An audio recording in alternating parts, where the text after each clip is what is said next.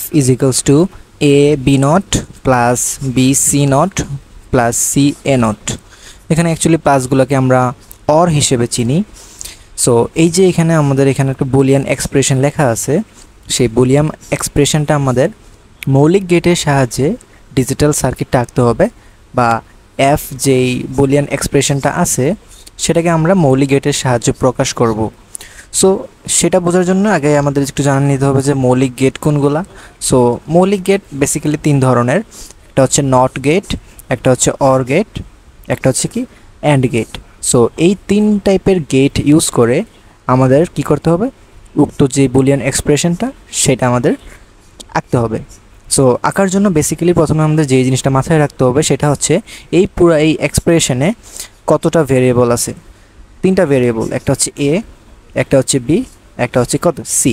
তাহলে এই তিনটা থেকে আমরা যদি তিনটা টার্মিনাল আঁকি, ধরো এটা হচ্ছে এ টার্মিনাল, সো এটা হচ্ছে এ, তারপর আমরা এখানে বি আঁকলাম এবং থার্ড হচ্ছে কি সি। সো এখান থেকে আমাদের প্রথমত এ বি সি সেগুলোর সাথে সাথে তাদের যেই নট যে ফর্মটা, সে নট ফর্মটা নিয়ে আসতে হবে। সো নট কীভাবে আনবো আমরা এখানে একটা নট গেট দিয়ে দেব যেটা এ থেকেই আসবে। সো এই নট গেটের যে আউটপুটটা সেটা হবে আমাদের এ নট, বোঝা গেছে?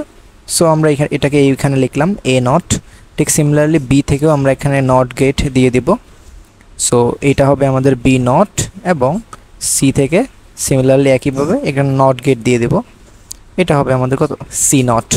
তাহলে এ এবং বি নট এই দুইটাকে আমরা অ্যান্ড করতে হবে।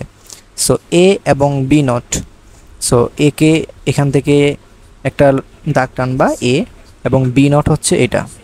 সো এই দুইটা আমাদের অ্যান্ড করতে হবে। সো অ্যান্ডের প্রতীক হচ্ছে এমন, এটার যে আউটপুট সেটা কি হবে এ অ্যান্ড বি নট। তারপর আমাদের বি অ্যান্ড সি নট করতে হবে। তাহলে একটা হচ্ছে বি থেকে আর একটা হচ্ছে কি সি নট থেকে। সো একটা ধরো আমরা বি থেকে আনলাম, আর একটা হচ্ছে সি নট থেকে। এই তো এই দুইটা আনলাম। আচ্ছা, এটা একটু নিচে বাড়ালাম আমরা। সো একটা হচ্ছে সি নট থেকে, এই দুইটাকেও আমাদের কি করতে হবে অ্যান্ড করতে হবে। অ্যান্ড লাস্ট সি এবং এ নট। সো সিটাকে একটু বাড়ালাম আমি নিচের দিকে, তো সি এবং এ নট। সো এ নটকে সি এর সাথে আমাদের অ্যান্ড করতে হবে। সো এই যে তিনটা আউটপুট আমরা পাইলাম তার টার্মিনাল, সেই তিনটাকে আবার আমাদের অরের মাধ্যমে একসাথে অ্যাড করতে হবে।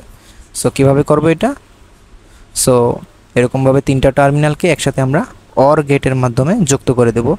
ফলে এই যে ফাইনাল যে রেজাল্টটা হবে সেটা হবে আমাদের কি F is equals to A B not plus B C not plus C A not. Okay, so এটা হচ্ছে আমাদের অ্যান্সার।